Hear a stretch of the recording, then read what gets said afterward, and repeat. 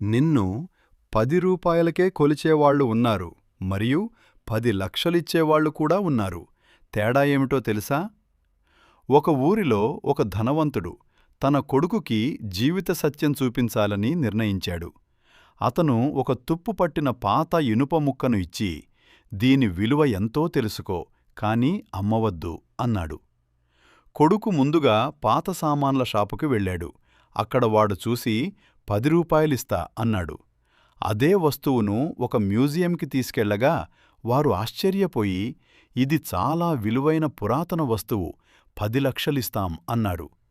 అప్పుడు తండ్రి నెమ్మదిగా చెప్పాడు, నీ విలువ తెలియని చోట నువ్వు చౌకగా కనిపిస్తావు.